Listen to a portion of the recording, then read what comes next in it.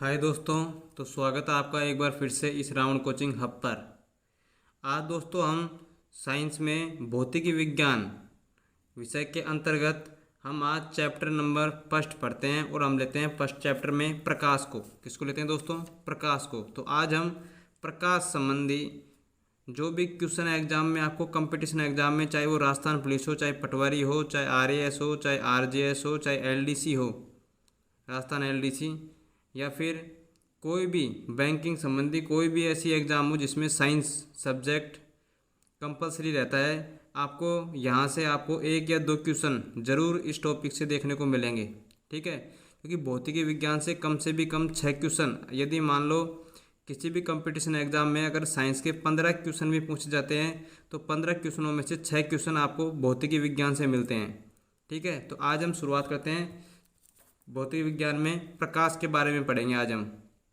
किसके बारे में? प्रकाश, लाइट। ठीक है, तो प्रकाश के बारे में हम सभी टॉपिकों के बारे में विस्तार से चर्चा करेंगे।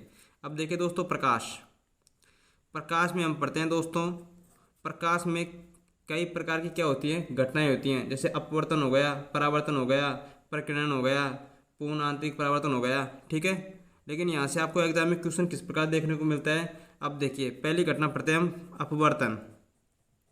कौन सी घटना? अपवर्तन।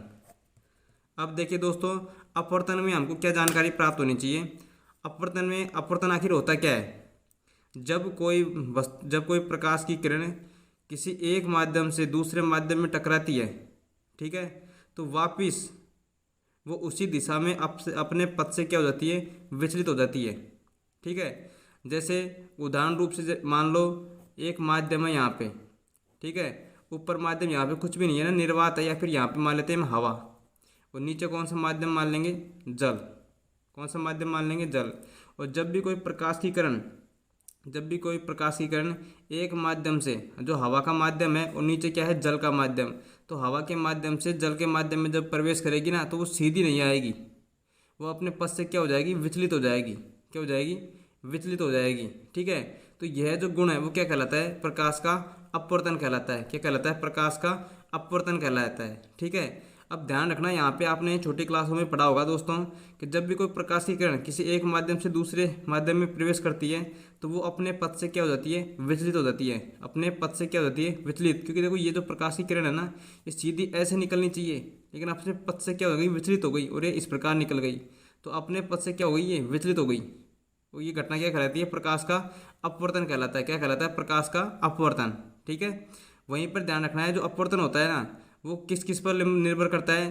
देखो, यहाँ से जब ये किरण आपतित होती है ना, तो यहाँ पे जो कोण बनेगा, यहाँ पे लेते हैं मध्य बिंदु, क्या लेंगे? अभिलंब डालते हैं। क्या डालते हैं? अभिलंब। ऐसे समझो, देखो यहाँ पे ये कोई माध्यम है, ठीक है, और इस माध्यम पे ये कोई प्रकाश की किरण है, ठीक है, ये आपतित हो गई। क्या हो गई है? आपतित। तो ये कौन सी किरण है? आपतित किरण। फिर यहाँ पे बीच में क्या लेंगे हम? अभिलंब। क्या लेंगे? अभिलंब। और फिर यहाँ पे वापस से क्या होती है? परावर्तित होती है। क्या होती है? परावर्तित। तो ध्यान रखना है, एक तो होता है यहाँ पे आपतन कोण बनता है। क्या बनता है? आपतन कोण। और एक बनता है क्या? परावर्तन कोण। क्या बनता है? परावर्तन कोण। ठीक है, और ये क्या हो गया हमारे पास? अभिलंब। सीधा हो गया ना लंब, ये क्या हो गया? अभिलंब। तो ध्यान रखना है, जो अपवर्तन की जो घटना होती है ना, वो हमेशा 3 कारकों पर निर्भर करती है। क्या करती है? 3 कारकों पर निर्भर करती है। किस पे? एक तो आपतित किरण के द्वारा बनाया गया कोण। कौन सा कोण? आपतन कोण। कौन सा कोण? आपतन कोण। और जिसको क्या कहते हैं हम? आई। किसे दर्शाते हैं? आई से। वहीं पर ध्यान रखना है कि यहाँ पे बीच में क्या है? अभिलंब है ना, अभिलंब है। तो यहाँ पे ध्यान रखना है आपको कि किसी भी प्रकाश की किरण जो अपवर्तन के दौरान किस पे निर्भर करती है? अभिलंब पर भी निर्भर करती है। ठीक है, क्या होना चाहिए? अभिलंब भी होना चाहिए, अर्थात 3 कारक होने चाहिए। एक तो आपतित कोण आई, एक अभिलंब, और दूसरा जब ये किरण वापस परावर्तित होकर जाती है, ये किरण यहाँ मान लो यहाँ से ओ बिंदु पे टकराएगी, मान लो ये बिंदु है ओ, इस पे टकराएगी ये किरण, और वापस क्या हो जाएगी? परावर्तित हो जाएगी। जैसे यहाँ पे ए बी क्या है? किरण है। ए बी क्या है? किरण है। ये किरण ओ बिंदु पे यहाँ पे टकराएगी और वापस क्या हो जाएगी? परावर्तित हो जाएगी, और ओ सी दिशा में लौट जाएगी। ओ सी दिशा में लौट जाएगी। ठीक है, तो यहाँ पे जो कोण बनेगा ना, ये क्या बनेगा? आर। क्या बनता है? आर। तो ध्यान रखना है हमको यहाँ पे कि जो आप अपवर्तन की जो घटना होती है ना, वो आपतित कोण आई, और अभिलंब, और परावर्तित कोण आर, तीनों पर क्या करती है, निर्भर करती है। ठीक है ना। अपवर्तन की घटना आपतित कोण और परावर्तित कोण और अभिलंब तीनों पर क्या करती है, निर्भर करती है। ये तो दोस्तों बेसिक जानकारी हो गई जो छोटी क्लास में मिलती है आपको। ठीक है, 8 तक। वहाँ पे जो क्वेश्चन जो एग्जाम में देखने को मिलता है कंपटीशन में, वो क्या देखने को मिलता है उसको बारे में समझिए। आपको क्वेश्चन एग्जाम में देखने को मिलेगा कि निम्न में से कौन सी घटना है जिसमें अपवर्तन की घटना घटित हो रही है। या फिर आपसे क्वेश्चन पूछा जाएगा जैसे तारों का टिमटिमाना, तारों का टिमटिमाना, तो आप बताइए कि भाई तारों का जो टिमटिमाना है इसमें कौन सी घटना घटित हो रही है, अपवर्तन हो रही है, परावर्तन हो रही है, प्रकीर्णन हो रही है, ये क्या हो रही है। ठीक है, तो वहाँ पे क्या हो जाएगा, अपवर्तन की घटना, प्रकाश का क्या हो रहा है वहाँ पे, अपवर्तन हो रहा है। ठीक है, तो आपसे यहाँ पे उदाहरणों में से पूछे जाते हैं क्वेश्चन। जैसे मैं लेता हूँ आपको कि भाई तारों का टिमटिमाना, तारों का टिमटिमाना कौन सी घटना है, अपवर्तन की घटना में आता है। ठीक है, अर्थात अपवर्तन की घटना क्या है, ये एकमात्र उदाहरण है। वहीं पे जैसे पानी में कोई सिक्का पड़ा होता है, क्वेश्चन आपको एग्जाम में देखने को मिलेगा कि पानी में पड़ा हुआ सिक्का ऊपर उठा हुआ दिखाई देता है, तो इसका क्या कारण है, तो क्या कारण है इसका, अपवर्तन। ऑप्शन में आपको अपवर्तन, परावर्तन, पूर्णार्तिक परावर्तन और प्रकीर्णन जैसी कई घटनाओं के ऑप्शन आपको देखने को मिलेंगे। ठीक है, तो कौन सा ऑप्शन राइट है आपका, अपवर्तन। तो पानी में गिरे या पानी में पड़े हुए सिक्के का ऊपर की ओर उछला हुआ दिखाई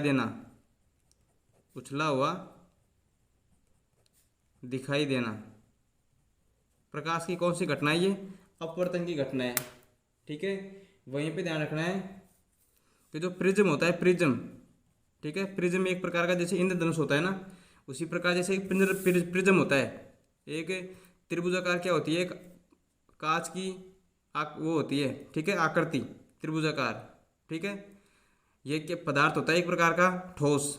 अब ये क्या माना जाता है, प्रिज्म होता है। इसमें जब हम प्रकाश की किरण को गुजारते हैं ना, तो ये 7 रंगों में क्या हो जाता है, विभाजित हो जाता है। तो उसका क्या कारण है, उसका कारण भी क्या है, अपवर्तन है। क्या है, अपवर्तन। तो ध्यान रखना है कि प्रिज्म में प्रकाश के जो रंग है, प्रिज्म में प्रकाश के रंगों का जो विभाजन होता है ना, अलग अलग रंगों का विभाजन होता है, वो किस घटना के द्वारा होता है, प्रकाश की अपवर्तन की घटना के द्वारा विभाजन होना। ठीक है, फिर हम लेते हैं दूसरी घटना, जैसे पूर्ण आंतरिक परावर्तन। पूर्ण आंतरिक परावर्तन।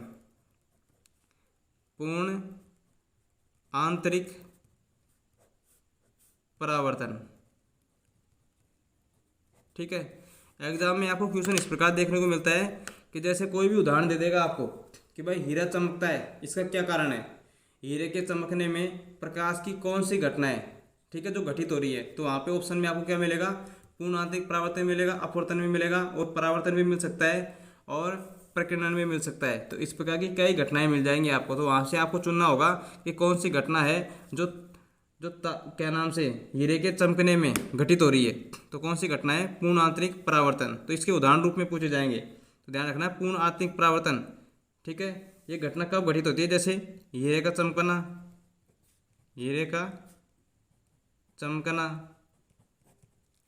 ठीक है, और जैसे रेगिस्तान होता है, रेगिस्तान आपने देखा होगा कई बार गर्मियों में जो सड़क होती है ना, गर्मियों में जो सड़क होती है उसको हम दूर से देखते हैं ना, तो हमें ऐसे लगता है जैसे सड़क पर पानी हो, सड़क पर क्या हो, पानी हो।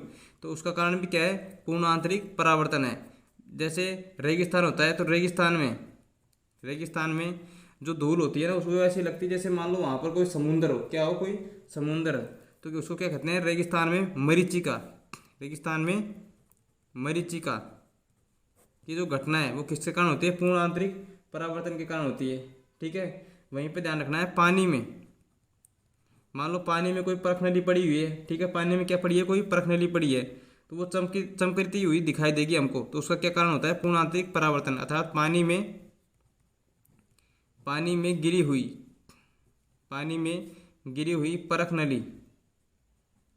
परखनली का चमकना, परखनली का चमकना कौन सी घटना है, पूर्ण आंतरिक परावर्तन है। ठीक है, और ये घटना तथा दूसरी एक और घटना जैसे ऑप्टिकल फाइबर होता है, optical fibre, optical fibre, optical fibre पर क्या होता है, एक परख नली होती है, ठीक है। तो अब ऑप्टिकल फाइबर में कौन सी घटना होती है, ये जो परख नली होती है ना, इसमें जब हम विलयन डालते हैं तो ये भी क्या होती है, हमको चमकती हुई प्रतीत होती है, ठीक है। तो ये किस कारण होती है, पूर्ण आंतरिक परावर्तन के कारण, क्योंकि इसमें भी कौन सी घटना घटित होती है, पूर्ण आंतरिक परावर्तन, ठीक है, इंपॉर्टेंट है ये। उसके बाद में जैसे पानी में हवा के जो बुलबुले होते हैं, जब भी मान लो हम स्नान कर रहे हैं उस समय मान लो बुलबुले बन जाते हैं, तो बुलबुलों को जब हम देखते हैं ना प्रकाश के दौरान, वहाँ पे यदि प्रकाश भी विद्यमान है और उस बुलबुलों को देखते हैं तो बुलबुले कैसे होते हैं, हमको चमकते हुए दिखाई देंगे। अर्थात पानी में जो बुलबुले होते हैं, पानी में बुलबुले, पानी में बुलबुलों का चमकना, अर्थात पानी में बुलबुलों का चमकते हुए दिखाई देना कौन सी घटना है, पूर्ण आंतरिक परावर्तन। कौन सी घटना है, पूर्ण आंतरिक परावर्तन है, ठीक है।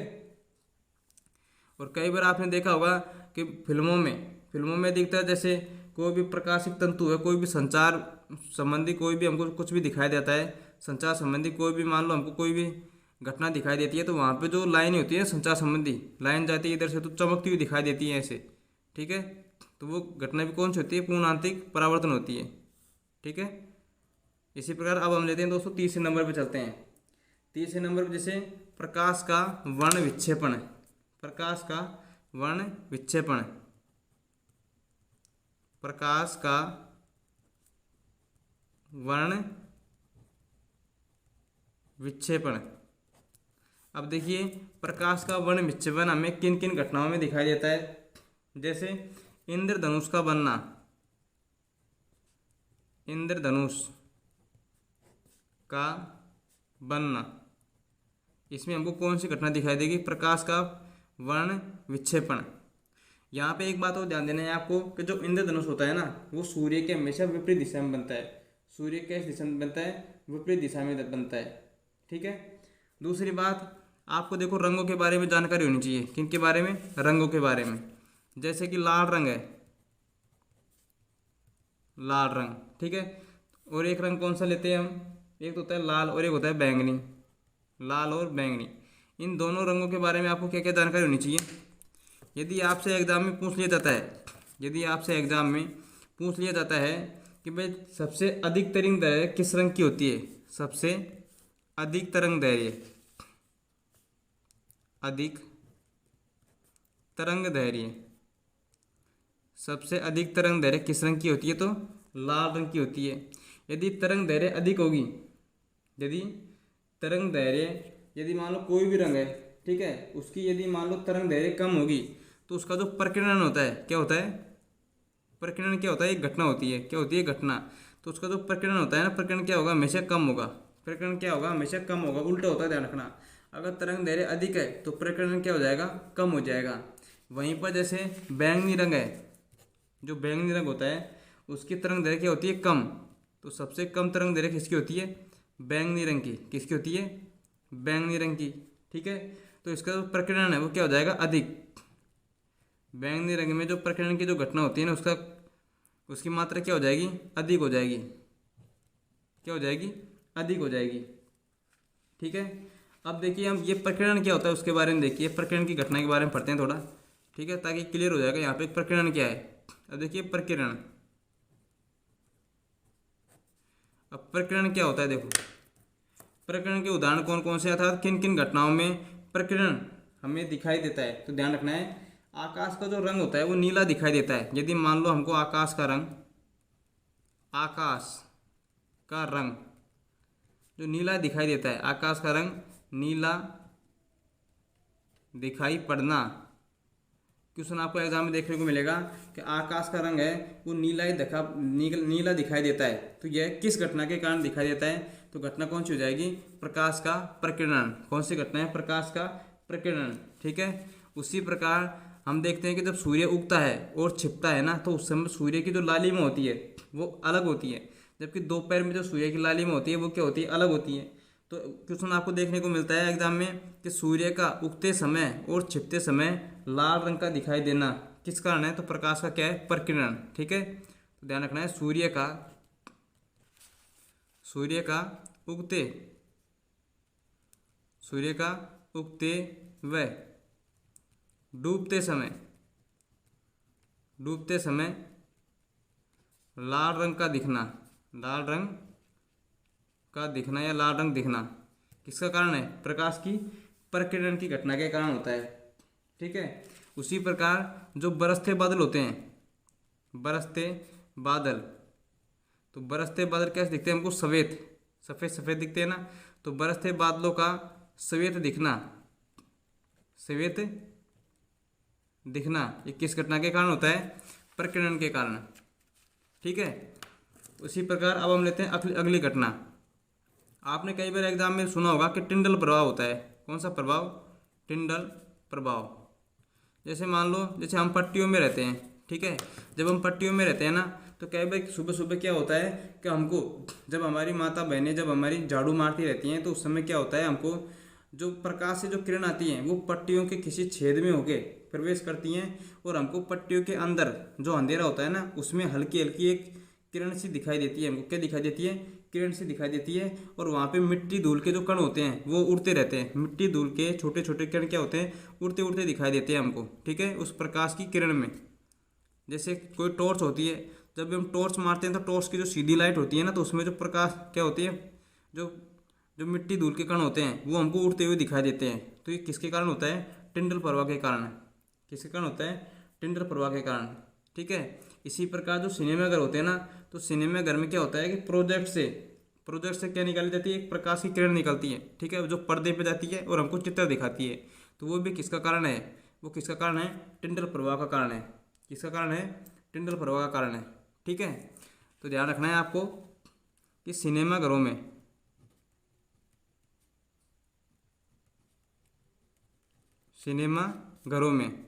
कि भाई सिनेमाघरों में जो प्रोजेक्ट होता है, सिनेमाघरों में जो प्रोजेक्टर होता है, तो उस प्रोजेक्टर से जो आने वाली किरण है, प्रोजेक्टर से आने वाली जो किरण होती है ना, जो हमें पर्दे पर क्या दिखाती है? फिल्म दिखाती है। ठीक है। तो किस घटना के द्वारा दिखाती है? टिंडल प्रभाव के कारण। उसमें कौन सी घटना घटित होती है?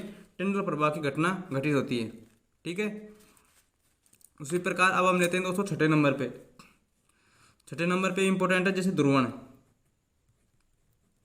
कौन सी घटना है दोस्तों? ध्रुवण। अब आखिरकार ये ध्रुवण घटना क्या है उसके बारे में देखिए कि प्रकाश का एक क्या है? अनुप्रस्थ तरंगों क्या है? गुण है। क्या है ये? गुण है। देखो परिभाषाएं मैं इसलिए नहीं लिखवा रहा क्योंकि ये परिभाषाएं आपको किसी भी बुक में देखने को मिलती हैं, लेकिन एग्जाम में आपको परिभाषा नहीं पूछी जाएगी।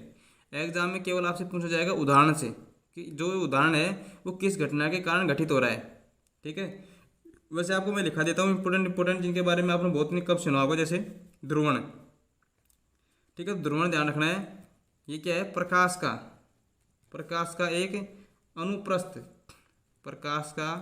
एक अनुप्रस्थ क्या है? ये तरंगों का गुण है। अनुप्रस्थ तरंगों का गुण है। जो ध्रुवण की जो घटना है वो क्या है? प्रकाश के जो अनुप्रस्थ तरंगें होती हैं उनका क्या होता है? ये गुण होता है। क्या होता है? गुण। ठीक है। इसमें क्या होता है? अब ध्रुवण को किस काम में लिया जाता है? ध्रुवण की घटना होती है, उससे क्या फायदा होता है उसको देखिए। इंपॉर्टेंट है ये। क्या है ये? इंपॉर्टेंट। ठीक है। जैसे कोई भी अध्रुवित प्रकाश है, जब अध्रुवित प्रकाश होता है ना, जो एक फिल्म होती है पोलेराइड फिल्म। कौन सी? Polaroid film. जब अध्रुवित प्रकाश पोलेराइड फिल्म से होकर गुजरता है ना, तो ध्यान रखना ये समतल ध्रुवित प्रकाश में बदल जाता है। और ये किसके कारण बदलता है? ध्रुवण के कारण। किसके कारण बदलता है? ध्रुवण के कारण। तो एग्जाम में आपको ऐसे कैसे एग्जाम में क्वेश्चन देखने को मिलता है कि कोई भी अध्रुवित प्रकाश है जो पोलेराइड फिल्म से होकर जब जाता है ना, होकर समतल ध्रुवित प्रकाश में चेंज हो जाता है, में बदल जाता है। अर्थात कोई अध्रुवित प्रकाश है ना, उसको जब हम पोलराइड फिल्म से क्या करते हैं दोस्तों? आर पार निकालते हैं। ठीक है। पोलराइड फिल्म पर डालते हैं ना हम, तो क्या होता है, जो अध्रुवित प्रकाश होता है ना वो समतल ध्रुवित प्रकाश में बदल जाता है। और किसके कारण बदलता है, ध्रुवण की घटना के कारण। किसके कारण, ध्रुवण की घटना के कारण। ठीक है। और इसका देखो उदाहरण क्या होता है, जैसे चक्काचौंध आना। ठीक है, चक्काचौंध आना। तो चक्काचौंध की जो घटना है, कौन सी घटना, चक्काचौंध। चक्काचौंध की जो घटना है, ठीक है, वो किसके कारण होती है, ध्रुवण के कारण होती है। किसके कारण होती है, ध्रुवण के कारण होती है। ठीक है। अब हम पढ़ते हैं जैसे 7वें नंबर पे, जैसे कृष्णिका विकिरण है। कृष्णिका विकिरण। अब देखिए दोस्तों, आखिरकार कृष्णिका विकिरण है ये कौन सी घटना है। जैसे हमने देखा होगा कि जो काली वस्तुएं, यदि हमने काली शर्ट पहन रखी है तो काली शर्ट में हमको अधिक गर्मी महसूस होगी उसकी अपेक्षा सफ़ेद बुशर्ट के। अर्थात जब हम सफ़ेद कपड़े पहनते हैं ना तो उसमें हमें गर्मी कम महसूस होती है, जबकि हम काले कपड़े पहनते हैं तो हमें गर्मी अधिक महसूस होती है। उसका क्या कारण होता है, उसका कारण होता है कृष्णिका विकिरण। क्योंकि जो काली वस्तुएं होती है ना वो क्या करती हैं, प्रकाश का अवशोषण करती हैं। प्रकाश का क्या करती हैं, अवशोषण करती हैं। अर्थात यदि मान लो प्रकाश में जो भी गर्मी की मात्रा है ना उसको क्या कर लेंगी, ग्रहण कर लेंगी। क्या कर लेंगी, ग्रहण कर लेंगी, जिस कारण जो काली वस्तुओं में क्या लगती है, अधिक गर्मी लगती है। और ये घटना क्या कहलाती है, कृष्णिका विकिरण। क्या कहलाती है, कृष्णिका विकिरण। ठीक है, समझ गए हो गया। तो ध्यान रखना है, काले कपड़ों में, उदाहरण लिख लो कि भाई काले कपड़ों में या काली वस्तुएं या फिर काली वस्तुओं द्वारा जो प्रकाश का अवशोषण होना किस घटना के कारण होता है, कृष्णिका विकिरण के कारण। एग्जाम में आपको देखने को मिल सकता है कि काली वस्तुओं में कौन सी घटना पाई जाती है, तो कौन सी घटना पाई जाती है, कृष्णिका विकिरण की। ठीक है, नॉर्मल क्वेश्चन आता है इससे। तो अब देखिए दोस्तों यहाँ पे 8वां टॉपिक, जैसे व्यक्तिकरण का नाम सुना होगा आपने, व्यक्तिकरण। ठीक है, इससे संबंधित न्यूमेरिकल भी आपको बढ़िया एग्जाम में देखने को मिल सकते हैं। ठीक है, आखिरकार व्यक्तिकरण होता क्या है, व्यक्तिकरण होता क्या है उसके बारे में थोड़ा समझते हैं पहले हम। देखिए व्यक्तिकरण क्या होता है कि अधिकतम तीव्रता होने पर, भाई प्रकाश की अधिकतम तीव्रता होने पर जो संपोषी व्यक्तिकरण होता है ना वो कम तीव्रता होने पर विनाशी हो जाता है। ठीक है, मेरे कहने का मतलब होता है व्यक्तिकरण क्या होती है, एक घटना होती है। ठीक है, उदाहरण रूप से जैसे मान लो पानी है और पानी पर हम क्या लगाते हैं, केरोसिन। मान लो कोई पानी है, पानी भरा हुआ है, ठीक है, और पानी पर यदि हम केरोसिन की कुछ बूंद डालते हैं तो कैसा होता है, पानी रंगीन दिखाई देने लग जाता है। पानी होता है वो हमको रंगीन दिखाई देने लग जाता है। जैसे साबुन के बुलबुले हैं और साबुन के बुलबुले हमें रंगीन दिखाई दे रहे हैं, तो उसमें कौन सी घटना शामिल हो रही है, व्यक्तिकरण की। कौन सी घटना, व्यक्तिकरण की। ठीक है, यदि यहाँ पे ध्यान रखना है, यदि व्यक्तिकरण अधिक तीव्रता का होगा, ठीक है, तो कौन सा व्यक्तिकरण होगा, संपोषी व्यक्तिकरण कहलाएगा। और यदि कम तीव्रता का होगा तो कैसा हो जाएगा, विनाशी व्यक्तिकरण कहलाता है। देखो व्यक्तिकरण की जो घटना होती है ना उसके पहले हम लिखते हैं दोस्तों उदाहरण। जैसे पानी की बूंदों पर, ये पानी पर या पानी पर ऐसे लिख लो, पानी पर केरोसिन, पानी पर केरोसिन की बूंदों के डालने पर पानी कैसे दिखाई देता है दोस्तों, रंगीन दिखाई देना। कौन सी घटना के कारण आता है, ये व्यक्तिकरण के कारण। ठीक है, दूसरा उदाहरण जैसे साबुन के बुलबुले, साबुन के बुलबुलों का रंगीन दिखाई देना। कैसे दिखाई देना, रंगीन दिखाई देना। कौन सी घटना होती है, प्रकाश का व्यक्तिकरण। अब देखो जो व्यक्तिकरण होता है, यहीं पे समझ लो इसको, जो व्यक्तिकरण होता है ना, व्यक्तिकरण ये होता है दो प्रकार से। कितने प्रकार से, दो प्रकार से। इसको समझो, यदि प्रकाश की किरण अधिकतम तीव्रता की होगी, प्रकाश की किरण, और एक होता है जब प्रकाश की किरण कम तीव्रता की होगी। ठीक है, कई बार जो एग्जाम होती है बड़ी एग्जाम, उनमें जो डीपली साइंस से क्वेश्चन आता है तो वहाँ पे आपसे पूछ लिया जाएगा कि संपोषी व्यक्तिकरण क्या होता है और विषमपोषी व्यक्तिकरण क्या होता है या फिर विनाशी व्यक्तिकरण भी क्या होता है। देखो संपोषी एक होता है विनाशी। एक होता है संपोषी और एक विनाशी। यदि प्रकाश की किरण अधिकतम तीव्रता की है तो कैसा हो जाएगा, संपोषी व्यतिकरण। कैसा हो जाएगा, संपोषी व्यतिकरण।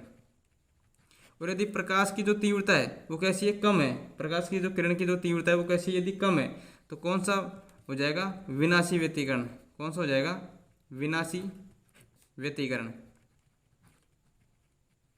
क्लियर है यहाँ पे। ये क्या है, नॉर्मल क्वेश्चन है। यहाँ पे क्वेश्चन आपको यहाँ पे ऐसे ही देखने को मिलेगा, यदि पानी पर केरोसिन की बूंदों को डालते हैं तो पानी का रंग कैसे दिखाई देता है, रंगीन दिखाई देता है। इस घटना का क्या कारण है, तो क्या घटना है, व्यतिकरण की घटना होती है। यहाँ पे कौन सी घटना होती है, प्रकाश के व्यतिकरण की क्या होती है, यहाँ पे घटना होती है। क्लियर है यहाँ पे, ठीक है। अब देखो यहाँ पे थोड़ा आगे बढ़ते हैं हम। जैसे हम पढ़ते हैं थोड़ा लेंस के बारे में। किसके बारे में पढ़ते हैं, लेंस के बारे में। किसके बारे में, थोड़ा लेंस के बारे में पढ़ते हैं। अब देखो यहाँ पे जैसे कि लेंस होता है, एक तो अवतल लेंस और एक होता है उत्तल लेंस। जो लेंस होता है ना, लेंस दो प्रकार के होते हैं, ठीक है। एक तो उत्तल और एक अवतल, एक उत्तल और एक अवतल। अब देखो यहाँ पे एक होता है अवतल लेंस, अवतल लेंस, और एक होता है उत्तल लेंस। कौन सा लेंस, उत्तल लेंस, ठीक है। आपको ध्यान देना है यहाँ पे, कई बार क्या होता है कि कई व्यक्तियों को निकटतम दृष्टि दोष हो जाता है और कई को दूरस्थम दृष्टि दोष, ठीक है। तो उसको केवल आपको इतना ध्यान रखना, अव का मतलब क्या होता है, पास। अव का मतलब क्या होता है, पास, अर्थात निकट। तो निकट दृष्टि दोष के लिए हमेशा हम अवतल लेंस का प्रयोग करते हैं। किसका, अवतल लेंस का, ठीक है। उत्तल अर्थात उधर, उत्तल मतलब सामने, याद करने का तरीका बता रहा हूँ। देखो अव का मतलब क्या होता है यहाँ पे, अवतल का अव का मतलब क्या होता है, पास। तो पास से आपको दिमाग में आ जाएगा, पास का मतलब निकट। तो निकट दृष्टि दोष के लिए किसका यूज करते हैं हम, अवतल लेंस का। चश्मे में निकट दृष्टि दोष को दूर करने के लिए अवतल लेंस का उपयोग किया जाता है। वहीं पर ध्यान रखना है कि दूरस्थ दृष्टि दोष को दूर करने के लिए उत्तल लेंस का उपयोग किया जाता है, ठीक है। लेकिन अभी फिलहाल हम क्या पढ़ते हैं, लेंस के बारे में पढ़ते हैं दोस्तों। किसके बारे में, लेंस के बारे में पढ़ते हैं। तो ठीक है, अब लेंस के बारे में देखो, इंपॉर्टेंट बात क्या है कि जो छोटी वस्तु होती है ना, छोटी वस्तुओं को बड़ा करके देखने के लिए किसका उपयोग होता है, माइक्रोस्कोप। किसको होता है, माइक्रोस्कोप। माइक्रोस्कोप का उपयोग होता है, ठीक है ना। अब जो माइक्रोस्कोप होता है वो क्या होता है, उसमें दोस्तों कई लेंस लगे होते हैं। जैसे सूक्ष्मदर्शी भी होता है, संयुक्त सूक्ष्मदर्शी भी होता है, ठीक है। लेकिन उनमें क्या लगे होते हैं, लेंस। और हमने पहले क्या पढ़ा है, लेंस। तो लेंस में आपको क्या क्या ध्यान होना चाहिए, लेंस में आपको इतना होना चाहिए, लेंस हमेशा देखो अवतल, ये क्या होता है, किनारों से मोटा होता है। किनारों से क्या होता है, मोटा, और बीच में से क्या होता है, पतला होता है, अवतल लेंस। और उत्तल लेंस क्या होता है, किनारों से पतला होता है, बीच में से क्या होता है, मोटा होता है, ठीक है। ये तो हो गया सामान्य परिभाषा। लेकिन यहाँ से जो क्वेश्चन में देखने को मिलता है वो ये देखने को मिलता है कि जो अवतल लेंस होता है वो किस लिए यूज में आता है, निकटतम दृष्टि दोष के लिए। निकटतम दृष्टि दोष, निकटतम दृष्टि दोष के लिए कौन सा लेंस उपयोग में आएगा, हमेशा अवतल लेंस। जबकि दूरस्थ दूरस्थ दृष्टि दोष के लिए कौन सा लेंस काम में आएगा, हमेशा उत्तल लेंस काम में आएगा। कौन सा लेंस काम आएगा, हमेशा उत्तल लेंस काम आएगा, ठीक है। लेकिन अब यहाँ पे आपको क्या क्या बातें ध्यान याद होनी चाहिए और क्या क्या बातें याद नहीं होनी चाहिए, ठीक है। इसके बारे में देखो, हम लेंस की बात कर रहे हैं ना, तो लेंस हमारे नेत्र में चश्मे के रूप में यूज लिया जाता है। तो इसके लिए हमको एक बार मानव नेत्र से संबंधित भी छोटी मोटी जानकारी आपको होनी चाहिए। तो इससे पहले हम क्या कर लेते हैं, मानव नेत्र के बारे में थोड़ा सा पढ़ते हैं। देखो मानव नेत्र, ठीक है, क्योंकि ये बातें क्लियर होगी ना, फिर आपके लेंस अच्छी तरीके से समझ में आएगा। तो देखो एक बार लेंस मानव नेत्र के बारे में देखते हैं। तो मानव नेत्र से पहले तो ये देखो, मानव नेत्र से कौन कौन से इंपोर्टेंट क्वेश्चन आपके एग्जाम में बन सकते हैं, ठीक है ना। तो मानव नेत्र में जो उत्तल लेंस का यूज किया जाता है ना, उत्तल लेंस का जो यूज किया जाता है वो ध्यान रखना है, 576 मेगापिक्सल का होता है, मेगा पिक्सल का होता है, ठीक है। दूसरी बात आपको क्या ध्यान देनी है कि मानव नेत्र में हम जब नेत्र दान करते हैं ना, तो उस समय व्यक्ति क्या पूरी नेत्र को दान कर देता है क्या, भाई जब भी व्यक्ति आँख को दान करता है तो ये नहीं है कि पूरी आँख का ही दान कर देगा। तो ध्यान रखना है हमेशा कि नेत्रदान में व्यक्ति केवल व्यक्ति केवल क्या दान करता है? अपनी कॉर्निया, जो आंखों के अंदर पाई जाती है ना कॉर्निया, उनको क्या करते हैं? दान करता है। और जो कॉर्निया होती हैं वो कैसी होती हैं? पारदर्शी। कैसी होती हैं? पारदर्शी होती हैं। तो केवल कॉर्निया को क्या करता है? वो दान करता है, कॉर्निया को दान करता है। क्लियर? ये नहीं है कि आँख को दान कर देगा। दूसरी बात आपको ध्यान रखनी चाहिए कि आँख का जो रंग होता है ना, आँख का जो रंग होता है वो किसके कारण होता है? आइरिस के कारण है।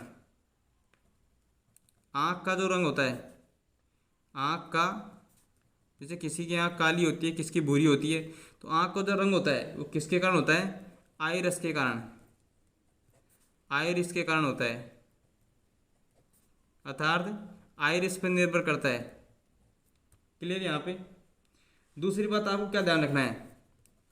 दूसरी बात आपको ध्यान रखनी है यहाँ पे कि भाई आँख में जो प्रकाश की जो तीव्रता होती है ना, उनको जो आँखों की जो पुतलियाँ होती हैं वो नियंत्रित करती हैं।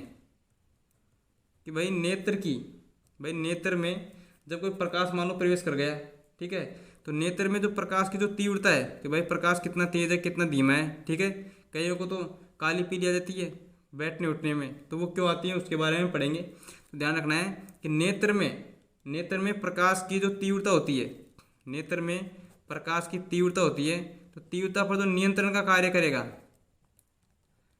प्रकाश के नेत्र में प्रकाश की जो तीव्रता होती है उस पर नियंत्रण का कार्य कौन करती हैं? पुतलियाँ। कौन करती हैं?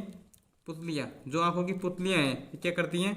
प्रकाश की तीव्रता को अपनी आंखों के अनुसार सुटेबल बनाती हैं, ठीक है, पुतलियाँ करती हैं। अब देखो यहाँ पे दूसरी बात आपको क्या ध्यान रखना है कि जो पेशियाँ होती हैं, कौन सी पेशी होती है जिनसे आँख है जो बंधी हुई रहती है। ऐसे नहीं है कि आँख ऐसे नीचे देखी और नहीं ऐसे कैसे आँखें हमारी गिर जाएं, ऐसे थोड़ी है। तो ध्यान रखना है पक्षमापी, ये इंपॉर्टेंट है यहाँ पे कि पक्षमापी जो पेशियाँ होती है, पक्षमापी पेशियों द्वारा हमारी जो आँख है वो लटकी रहती है, लटकी रहती है, ठीक है। किसमें? पक्षमापी पेशियों में हमारी आँख क्या होती है? लटकी रहती है।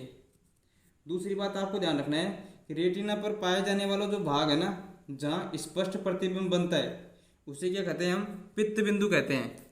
इसको तुम ध्यान रख लेना कि भाई रेटिना पर, आँख की जो रेटिना होती है, तो रेटिना पर पाए जाने वाला, रेटिना पर पाए जाने वाला जो भाग, पाए जाने वाला भाग जहाँ स्पष्ट क्या बनता है? प्रतिबिंब बनता है। स्पष्ट क्या बनता है? प्रतिबिंब बनता है। वह भाग क्या कहलाता है? आँख का पीत बिंदु। क्या कहलाता है? आँख का पीत बिंदु कहलाता है। क्या कहलाता है? आँख का पीत बिंदु कहता है। क्या कहलाता है? आँख का पीत बिंदु कहलाता है। क्लियर है यहाँ तक? अब यहाँ पे देखिए दोस्तों, हमको जब हम लेंस के बारे में पढ़ रहे थे अभी, निकटतम दृष्टि दोष, दूरस्थ दृष्टि दोष, तो अब हमारे तरीके से समझ में आएगा। समझ में आ रही है मेरी बात को? अब हमारे अच्छे तरीके से समझ में आएगा, ठीक है। अब देखिए लेंसों का किस प्रकार यूज होता है, नीले पेन से लिखते हैं। जैसे मैंने अभी आपको बताया कि यदि किसी व्यक्ति के मान लो निकटतम दृष्टि दोष है, कैसा दोस्त है? निकट दृष्टि दोष। क्या है? निकट दृष्टि दोष। इसको हम क्या करते हैं? मायोपिया भी कहते हैं। क्या कहते हैं? मायोपिया। और इसके लिए किस लेंस का उपयोग किया जाता है? एग्जाम में आप देखने को मिलेगा कि मायोपिया बीमारी के लिए कौन से लेंस का उपयोग किया जाएगा, या फिर निकटतम दृष्टि दोष के लिए कौन से लेंस का उपयोग किया जाता है। तो ध्यान रखना है अवतल लेंस। कौन सा लेंस? अवतल लेंस। वहीं पे आपको ध्यान रखना है जैसे दूरस्थ दृष्टि दोष है या फिर दूर दृष्टि दोष, दूर दृष्टि दोष। अब इसको हम क्या कहते हैं? इसको साइंस में क्या कहते हैं? हाइपरमेट्रोपिया। हाइपरमेट्रोपिया। अब जो हाइपरमेट्रोपिया होती है, जो बीमारी होती है, उसमें ध्यान रखना है जो चश्मा लगाया जाता है व्यक्ति के, उसमें कौन सा लेंस लगाया जाता है? चश्मे में उत्तल लेंस। कौन सा लेंस लगाया जाता है? उत्तल लेंस लगा जाएगा। उसी प्रकार मान लो व्यक्ति क्या हो जाता है? बुढ़ा हो जाता है। बुढ़ा का मतलब जैसे जरा, वृद्ध, जरा का पर्यायवाची है ना, बुढ़े का पर्यायवाची वृद्ध। तो कोई व्यक्ति मान लो बुजुर्ग हो गया, क्या हो गया? बुजुर्ग। तो बुजुर्ग व्यक्ति को मान लो दिखाई नहीं दे रहा है भाई, बुजुर्ग व्यक्ति को मान लो दिखाई नहीं दे रहा है, तो उसके लिए आंखों में कौन सा लेंस लगाया जाएगा, अर्थात जरा दृष्टि दोष के लिए। किसके लिए, जरा दृष्टि दोष के लिए किस लेंस का उपयोग किया जाता है, तो उसका लेंस का जो उपयोग है वो बहुत ही इंपॉर्टेंट है। कौन सा है, द्विफॉक्सी लेंस। कौन सा लेंस है, द्विफॉक्सी लेंस। द्विफॉक्सी का मतलब होता है दो फोकस, समझ गए, द्विफॉक्सी का मतलब दो फोकस, अर्थात इसमें दोनों लेंस लगेंगे। अब आपके एग्जाम में कैसे क्वेश्चन देखने को मिलेगा, एग्जाम में आपसे पूछा जाएगा कि जो दरा दृष्टि दोष होता है और उसमें जो द्विफॉक्सी लेंस का उपयोग होता है, तो द्विफॉक्सी लेंस में ऊपर की तरफ कौन सा लेंस होता है और नीचे की तरफ कौन सा लेंस होता है। तो ध्यान रखना है, ऊपर की तरफ कौन सा होता है, अवतल। कौन सा, अवतल लेंस का उपयोग किया जाएगा ऊपर की तरफ, ठीक है। और नीचे की तरफ कौन सा लेंस होता है, उसमें उत्तल लेंस लगा होता है। कौन सा लेंस लगा होता है, उत्तल लेंस लगा हुआ होता है। क्लियर, तो कंफ्यूज नहीं होना है आपको यहाँ पे। इसके बाद में कई प्रॉब्लम होती है आंखों में, जैसे एक प्रॉब्लम होती है आपके आंखों में, जैसे दृष्टि वैषम्य, दृष्टि वैषम्य, अर्थात इसको हम क्या कहते हैं, अबिंदुता। क्या कहते हैं, अबिंदुता। जो अबिंदुता की आंखों में जो बीमारी हो जाती है, उसके लिए ध्यान रखना है आपको कि बेलनाकार लेंस का उपयोग किया जाता है। कौन सा लेंस, बेलनाकार लेंस लगाया जाता है आंखों में, ठीक है। वहीं पे आपको ध्यान रखना है, कई बार एग्जाम में क्या पूछा जाता है कि मान लो किसी व्यक्ति के वर्णांधता है। वर्णांधता क्या होती है, एक बीमारी होती है जिससे आंखों से इंसान को दिखाई नहीं देता है, ठीक है। और ये जो बीमारी है ना, वो धीरे धीरे होती है। और ये बीमारी क्या होती है, एक प्रकार की आनुवांशिक बीमारी होती है। कैसी होती है, आनुवांशिक, अर्थात उसके माता पिता के द्वारा। जैसे मान लो किसी के पिता की हो रही है वर्णांधता है, कि कोई किसी का पिताजी है, वो धीरे धीरे जो वृद्ध होता है उसकी आंखों की रोशनी चली जाती है, तो संभव होता है 100 में से 90% चांस बनते हैं कि जो उसका बच्चा है ना, उसकी भी धीरे धीरे बुढ़ापे में आंखें चली जाएंगी। क्योंकि ये जो बीमारी है ना, वर्णांधता जो बीमारी है, ये बीमारी कैसी है, आनुवांशिक बीमारी है। ये माता पिता से बच्चे में आती है डीएनए के द्वारा, और डीएनए की फुल फॉर्म आप जानते हैं डीऑक्सी न्यूक्लिक अम्ल, ठीक है। अब देखिए दोस्तों, इसका कोई इलाज नहीं है, इसका कोई इलाज नहीं है। एग्जाम में कई बार क्वेश्चन देखने को मिलेगा कि वर्णांधता के लिए किस लेंस का उपयोग किया जाता है, तो वहाँ पे आपको उत्तल लेंस भी दिया जाएगा, अवतल लेंस भी दिया जाएगा, और यहाँ पे एक ऑप्शन में ऐसे मिलेगा कोई इलाज नहीं है इसका। तो वहाँ पे आप कंफ्यूज नहीं होना है आपको, समझ रहे मेरी बात को। अब देखिए दोस्तों, अब हमने जो लेंसों के बारे में था ना, जो भी इंपॉर्टेंट फैक्ट था वो हमने पढ़ लिया है, ठीक है। अब हम पढ़ते हैं दोस्तों आगे, अब हम बढ़ते हैं, थोड़ा आगे बढ़ते हैं। जो जहाँ पे हम चर्चा कर रहे थे ना लेंसों के बारे में, वहीं पे हम थोड़ा चर्चा करते हैं। अब देखो, लेंसों के बारे में एक छोटी सी नॉलेज हो रहा है जो हमको होनी चाहिए, ठीक है। आपने एक फॉर्मूला पढ़ा होगा, उस फॉर्मूले कुछ शब्द आते हैं ना, वो कौन कौन से हैं और वो क्या काम आते हैं, उनके बारे में पहले तो हम थोड़ा सा जानकारी लेते हैं, ठीक है। जैसे आपने पढ़ा होगा आवर्धन क्षमता, आवर्धन क्षमता। अब जो आवर्धन क्षमता होती है ना, उसका फॉर्मूला क्या होता है, उसका फॉर्मूला होता है कि भाई प्रतिबिंब की ऊंचाई, प्रतिबिंब की ऊंचाई बटे वस्तु की ऊंचाई। अब यहाँ पे आपकी क्या बात क्लियर होगी, यहाँ पे आपके क्लियर होगी कि आवर्धन क्षमता को हम किससे दर्शाते हैं, एम से। किससे दर्शाते हैं हम, एम से दर्शाते हैं, ठीक है। और प्रतिबिंब की जो ऊंचाई होती है उसको दर्शाते हैं हम वी से। किससे, वी से। और वस्तु की ऊंचाई को दर्शाते हैं हम यू से। यहाँ पे क्लियर हो गया आपके कि भाई प्रतिबिंब की ऊंचाई को वी से और वस्तु की ऊंचाई को हम दर्शाते हैं यू से, ठीक है। कई बार क्या होता है एग्जाम में प्रतिबिंब की ऊंचाई और वस्तु की ऊंचाई दी जाएगी और आपसे पूछा जाएगी आवर्धन क्षमता ज्ञात कीजिए, ठीक है। तो आवर्धन क्षमता कैसे निकालेंगे, एम बराबर क्या हो जाएगा, वी अपॉन यू, अर्थात एम बराबर वी अपॉन यू। क्लियर। वहीं पे आपको यहाँ से जो न्यूमेरिकल देखने को मिलते हैं उनकी बातें चल रही हैं अभी। जैसे आपसे पूछा जाएगा फोकस दूरी ज्ञात करो, क्या ज्ञात करो, फोकस दूरी, फोकस दूरी ज्ञात करो। तो फोकस दूरी, अब फोकस दूरी किससे दर्शाते हैं हम, एफ से। किससे दर्शाते हैं, एफ से। तो आपने देखिए दोस्तों फॉर्मूला पढ़ा होगा 1/f बराबर 1/v माइनस 1/u। ये फॉर्मूला कई बार आपने पढ़ा होगा, ठीक है। फोकस दूरी का फॉर्मूला है 1/f बराबर 1/v माइनस 1/u। अब यहाँ पे v क्या है, प्रतिबिंब की ऊंचाई, और यहाँ पे यू क्या है, वस्तु की ऊंचाई। क्लियर। और एफ क्या हो जाएगा, फोकस दूरी। और यहाँ पे देखो एम क्या है, आवर्धन क्षमता। ठीक है। अब देखिए दोस्तों इंपॉर्टेंट बात क्या है, उसको समझो पहले आप।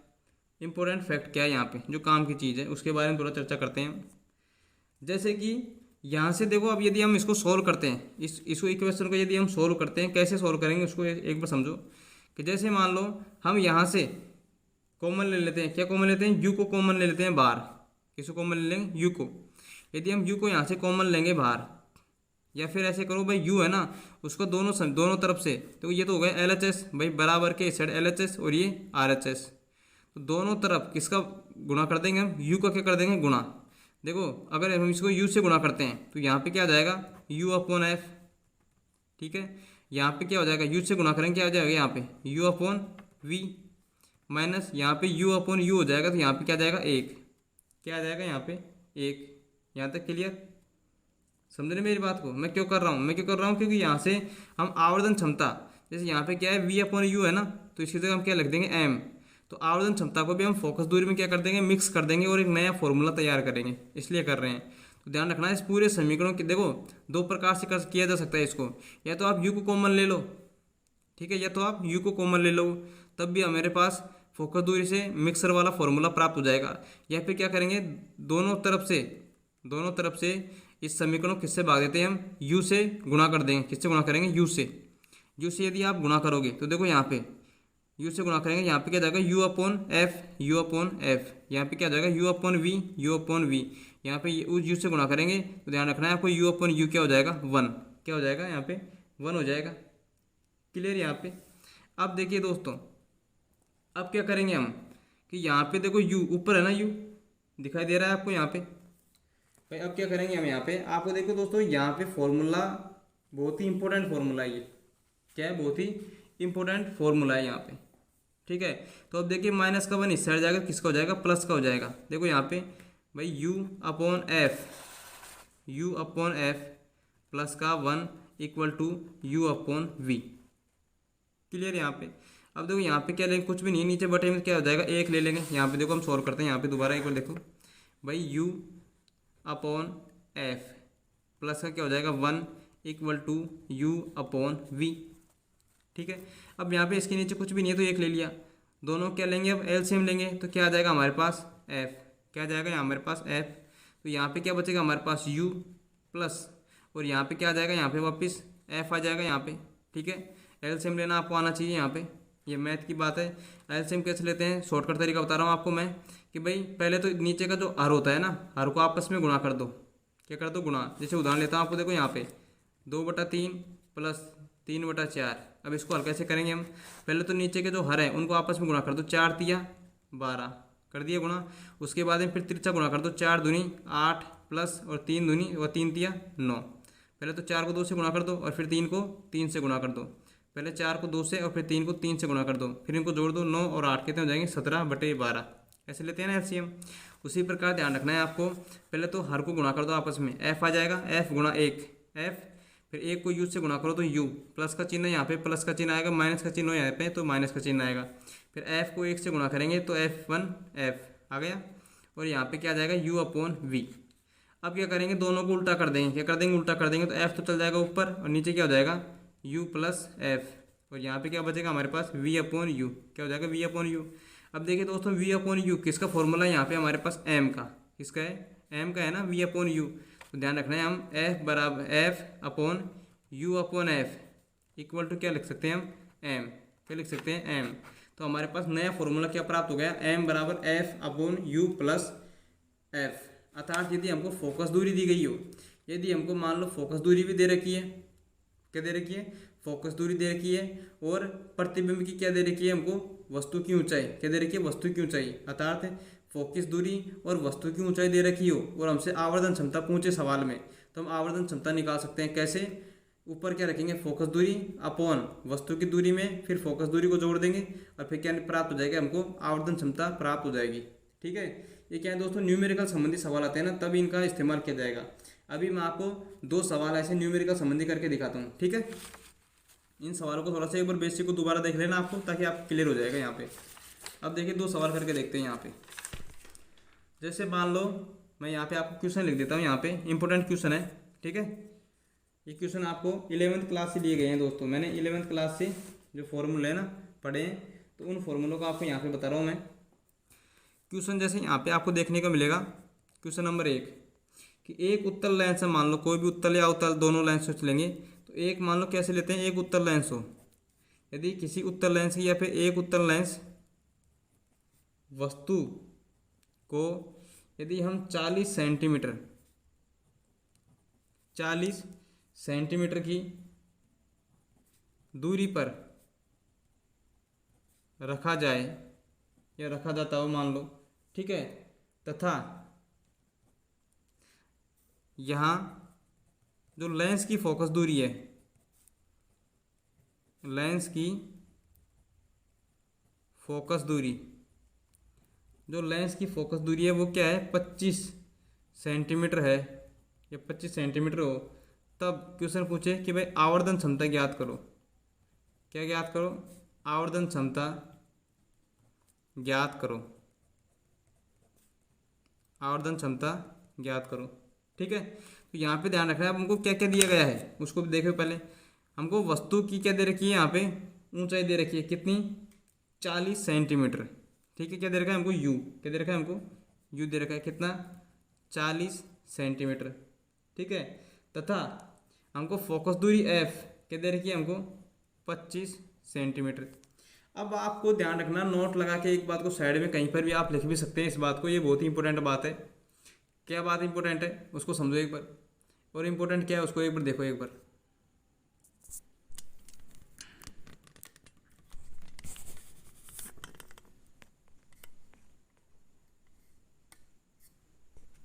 इम्पोर्टेंट क्या है उसको देखते हैं थोड़ा सा एक बार, ठीक है। आपको दिखाई दे रहा होगा, ठीक है। ये क्या है, थोड़ा सा पन्ना वगैरह थोड़ा घूम गया था दोस्तों। अब देखिए यहाँ पे कि भाई हमको यू यहाँ पे क्या दे रखा है 40 सेंटीमीटर और फोकस दूरी कितने दे रखी है 25 सेंटीमीटर।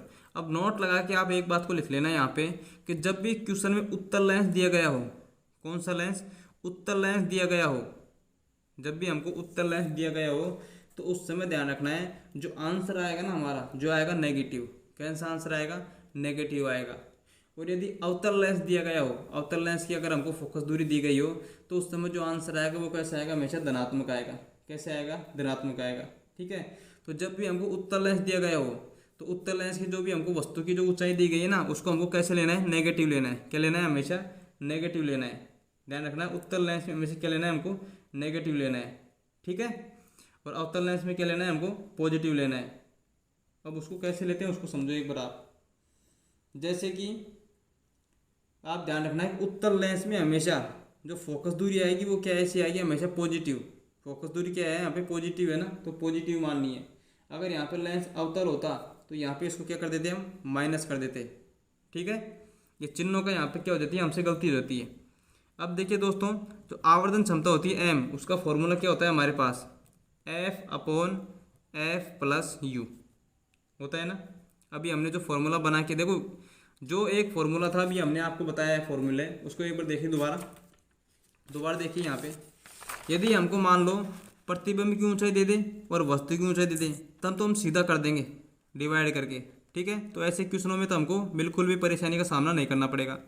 लेकिन हमसे अगर मान लो किसी वस्तु की ऊंचाई दे रखी है, हमको वस्तु की ऊंचाई दे दे, क्या दे दे, वस्तु की ऊंचाई दे दे u, और फोकस दूरी दे दे, तब हमको ये वाला फॉर्मूला का यूज करना है, ठीक है। तो अधिकतर यही क्वेश्चन आता है एग्जाम में, ठीक है। ये तो क्या है, आसान पड़ जाएगा ना, कोई भी दे देगा डिवाइडेशन तो अब देखिए यहाँ पे, अब देखो यहाँ पे F/F+U। अब हम क्या करेंगे, फॉर्मूले में मान रखेंगे। F का मान कितना है हमारे पास 25, तो प्लस के 25 अपॉन यहाँ पे क्या हो जाएगा प्लस 25 फिर प्लस, और फिर U का मान क्या है माइनस के 40, ठीक है। यदि हम हल करते हैं तो यहाँ पे कितना आएगा 25, फिर यहाँ पे देखो 25 माइनस 40, तो माइनस के कितने बच जाएंगे हमारे पास 15, कितने बच जाएंगे 15 बच जाएंगे शेष। और 15 का जब हम 25 में भाग देंगे तो हमारे पास माइनस का 1.66 प्राप्त होगा हमको। उसी प्रकार ध्यान रखना है, जैसे यदि मान लो क्वेश्चन इस प्रकार होता, दोनों लेंसों की बात करते हैं। यदि मान लो एक अवतल लेंस है, एक अवतल लेंस है, कौन सा लेंस? अवतल लेंस है, ठीक है। और इसकी जो वस्तु की दूरी है, अवतल लेंस में जो वस्तु की जो फोकस दूरी है, वस्तु की फोकस दूरी, वस्तु की जो फोकस दूरी वो मान लो हमको 30 सेंटीमीटर दे रखी है, ठीक है। तथा जो वस्तु की जो ऊंचाई है, वस्तु की जो दूरी है, देखो एक तो होती है वस्तु की फोकस दूरी और एक होती है वस्तु की दूरी, दोनों अलग अलग हैं। वस्तु की यदि फोकस दूरी है तो उसका मान है, उसका मतलब क्या हो जाएगा, एफ का मान दिया गया है। और केवल वस्तु की दूरी दे रखी है हमको, केवल वस्तु की दूरी दे रखी है, इसका मतलब किसका मान दे रखा है, यू का मान। अब वस्तु की दूरी कितनी है, मान लो हमारे पास 20 सेंटीमीटर की दूरी है, वस्तु की दूरी 20 सेंटीमीटर रखी जाए, तब हमसे पूछ रहे भाई आवर्धन क्षमता बताओ, आवर्धन क्षमता बताओ, ठीक है। अब देखो यहाँ पे हम आवर्धन क्षमता कैसे निकालेंगे, हमारे पास फॉर्मूला वही है, लेकिन फिर वही बात, चिन्हों का ध्यान रखना है। अवतल लेंस हो तो फोकस दूरी का मान हमेशा कैसे आ जाएगा, माइनस का, कैसे आएगा, माइनस का। और वस्तु की जो दूरी है वो कैसे रहेगी, वो रहेगी हमेशा माइनस में, ठीक है। भाई वस्तु की दूरी तो माइनस में रहेगी, चाहे वो उत्तल लेंस हो चाहे अवतल लेंस हो। लेकिन क्या ध्यान रखना है आपको कि जो फोकस दूरी होती है ना, फोकस दूरी वो उत्तल लेंस में तो धनात्मक रहेगी और अवतल लेंस में कैसी रहेगी, फोकस दूरी ऋणात्मक रहेगी। अब देखो आवर्धन क्षमता का फॉर्मूला क्या होता है, एम बराबर F upon F plus you. अब देखिए एम बराबर एफ का मान कितना है हमारे पास 30 माइनस का, और अपॉन यहाँ पे माइनस का 30 प्लस और माइनस के 20, तो क्या हो जाएंगे हमारे पास, यहाँ पे देखो माइनस का 30 बचेगा ऊपर, माइनस के 30 और माइनस के 20, तो माइनस के कितने हो जाएंगे हमारे पास 50, कितने हो जाएंगे 50। देखो यहाँ पे 0 से 0 कट जाएगा, 3 में किसका भाग देंगे, 5 का। देखो माइनस से माइनस कट जाएगा तो क्या जाएगा, यहाँ पे प्लस का आंसर आएगा। और भाग देंगे तो क्या हो जाएगा, भाग नहीं जाएगा तो दशमलव लग जाएगी, फिर भाग टूट की 0 और 5 छंग 30, क्योंकि 0 उतार लेंगे ना, 3 के आगे 0 उतार लेंगे 30 हो जाएंगे, तो 5 छंग 30 क्लियर यहाँ पे, तो 0.6। वहीं पर अब हमको क्या ध्यान देना है उसके बारे में, देखो आपने माइक्रोस्कोप के बारे में पढ़ा होगा, किसके बारे में, माइक्रोस्कोप। तो कई बार एग्जाम में क्वेश्चन आता है कि निम्न में से कौन सी जो सामग्री होती है ना वो माइक्रोस्कोप में लगी होती है, ठीक है। तो एक बार माइक्रोस्कोप के बारे में थोड़ा सा लिख लो आप, माइक्रोस्कोप या माइक्रोस्कोप। अब देखो माइक्रोस्कोप के बारे में आपको क्या जानकारी होनी चाहिए, भाई माइक्रोस्कोप में क्या क्या लगा होता है। तो ध्यान रखना है आपको, किसी भी छोटी वस्तु को बड़ा करके देखने के लिए, बड़ा करके देखने के लिए किसका उपयोग किया जाता है, माइक्रोस्कोप का। माइक्रोस्कोप का क्या किया जाता है, उपयोग किया जाता है। अब माइक्रोस्कोप में क्या क्या यंत्र लगे होते हैं ये सबसे ज़्यादा इंपॉर्टेंट है, तो ध्यान रखना है। इसमें एक तो क्या होता है, सरल सूक्ष्मदर्शी,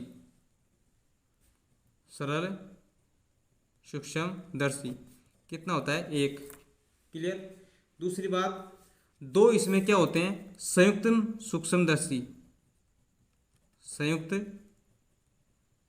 सूक्ष्मदर्शी, कितने लगे होते हैं इसमें, 2 उपयोग में लिए जाते हैं। ये इंपॉर्टेंट है आपके पास कि माइक्रोस्कोप में एक तो क्या होता है, सरल सूक्ष्मदर्शी, और 2 क्या होते हैं, संयुक्त सूक्ष्मदर्शी उपयोग में लिए जाते हैं।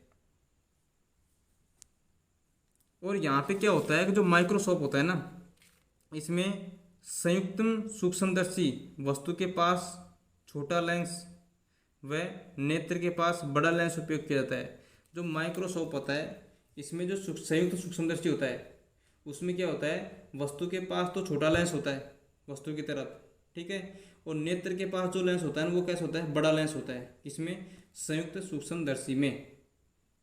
तो इस एक बात को ध्यान रख लेना, यहाँ पे जो संयुक्त सूक्ष्मदर्शी है, संयुक्त जो सूक्ष्मदर्शी होता है ना, इसके बारे में थोड़ी सी जानकारी ध्यान रख लेना कि नेत्र के पास तो कैसा लेंस होता है, बड़ा लेंस, ठीक है ना। और वस्तु की तरफ कैसा होता है, वस्तु की और कैसा होता है, छोटा लेंस, छोटा लेंस लगा होता है। क्लियर है यहाँ पे, ये क्या है, थोड़ी बेसिक जानकारी है, ठीक है। वैसे यदि आप इसके बारे में थोड़ा विस्तार से पढ़ना चाहो तो उसके बारे में देखिए, आप थोड़ा पढ़ ही लेते हैं, चलो ठीक है भाई। सरल सूक्ष्मदर्शी क्या होता है, संयुक्त सूक्ष्मदर्शी क्या होता है, उसके बारे में देखिए एक बार। जैसे सरल सूक्ष्मदर्शी, सरल सूक्ष्मदर्शी, अब देखो जो सरल सूक्ष्मदर्शी होता है ना वो क्या आता है, उसके बारे में थोड़ा पढ़ते हैं। कि क्वेश्चन आपको देखने को मिलेगा कि एक जो उत्तल लेंस होता है, कोई भी जो उत्तल लेंस होता है उसमें वस्तु में जीरो से लेके और फोकस दूरी के मध्य यदि रखा जाए, किसी वस्तु को शून्य से लेके और फोकस दूरी के मध्य में रखा जाता है, तो जो चित्र हमको प्राप्त होगा ना वो सदैव कैसा होगा, आभासी प्रतिबिंब प्राप्त होगा। कैसा होगा, आभासी प्रतिबिंब प्राप्त होगा, ठीक है। जैसे उदाहरण लेते हैं हम, ठीक है, क्या है, न्यूमेरिकल तरीके के सवाल आते हैं। नॉर्मली जैसे मान लो ये त्रिभुज है इस प्रकार का, ऐसे समझो ये त्रिभुज है, ठीक है। यहाँ पे मान लो यहाँ पे क्या है एक्स, यहाँ पे क्या है हमारी आँख है, ठीक है। और यहाँ पे मान लो कोई वस्तु रखी हुई है, ऐसे समझो आप, ये मान लो कोई त्रिभुज है, इसमें मान लो ये वाला ए बिंदु, ये मान लो बी और ये मान लो सी, सी मान लो इसको एक्स है, क्या मान लो सी मान लिया, ठीक है। अब यहाँ पे जो कौन बनेगा उसको मान लो क्या एल्फा, क्या मान लेते हैं, एल्फा मान लिया। अब ये क्या हो जाएगी, यहाँ पे ऊंचाई, क्या हो गई ऊंचाई, और ये क्या हुआ है यहाँ पे बी और सी क्या हुआ है आधार, तो आधार को मान लिया हमने डी, आधार क्या मान लिया हमने डी। तो मेरे कहने का मतलब है कि जो सरल सूक्ष्मदर्शी है ना उसमें यदि सूत्र बनता है आवर्धन क्षमता का, किसका, आवर्धन क्षमता का यदि फॉर्मूला आपसे पूछा जाता है तो क्या होता है यहाँ पे टेन एल्फा, क्या होता है टेन एल्फा। और टेन देखो आपने पढ़ा होगा 10th क्लास में कि एक फॉर्मूला होता है लाल बटा कक्का, लाल बटा कक्का। तो देखो साइन कोस टेन, तीसरे नंबर पे आता है टेन, साइन कोस टेन, तो तीसरे नंबर पे फॉर्मूला क्या हो जाएगा, लंब बटे आधार, लंब बटे आधार। टेन थीटा का फॉर्मूला क्या होगा, लंब बटे आधार। तो लंब क्या है हमारे पास एच और आधार क्या है हमारे पास डी। अर्थात सरल सूक्ष्मदर्शी में आवर्धन क्षमता का फॉर्मूला क्या होता है, एच अपॉन डी, अर्थात लंब बटे आधार, क्या होता है लंब बटे आधार। क्लियर है यहाँ पे, कहने का मतलब है। अब इससे जो थ्योरी निकल के आती है वो क्या निकल के आती है, यदि कोई वस्तु सरल सूक्ष्मदर्शी में क्या होता है, यदि कोई वस्तु किसी लेंस में जीरो से लेके और एफ के मध्य में, जीरो से लेके और जो फोकस दूरी है उसके मध्य में यदि कोई वस्तु को रखा जाता है तो वस्तु का जो प्रतिबिंब होता है वो कैसे होता है, सदैव आभासी प्रतिबिंब प्राप्त होता है। कैसा प्राप्त होता है, आभासी प्रतिबिंब प्राप्त होता है, ठीक है। वहीं पे आपको इंपोर्टेंट क्या लिखना है, यहाँ पे यदि आपको न्यूमेरिकल देखने को मिलते हैं, क्या देखने को मिलते हैं न्यूमेरिकल, तो न्यूमेरिकल देखो कैसे देखने को मिलेंगे कि जो सरल सूक्ष्मदर्शी होता है जिसमें यदि प्रतिबिंब अस्पष्ट दिखाई दे, मान लो क्वेश्चन कैसे देखने को मिलेगा कि सरल सूक्ष्मदर्शी में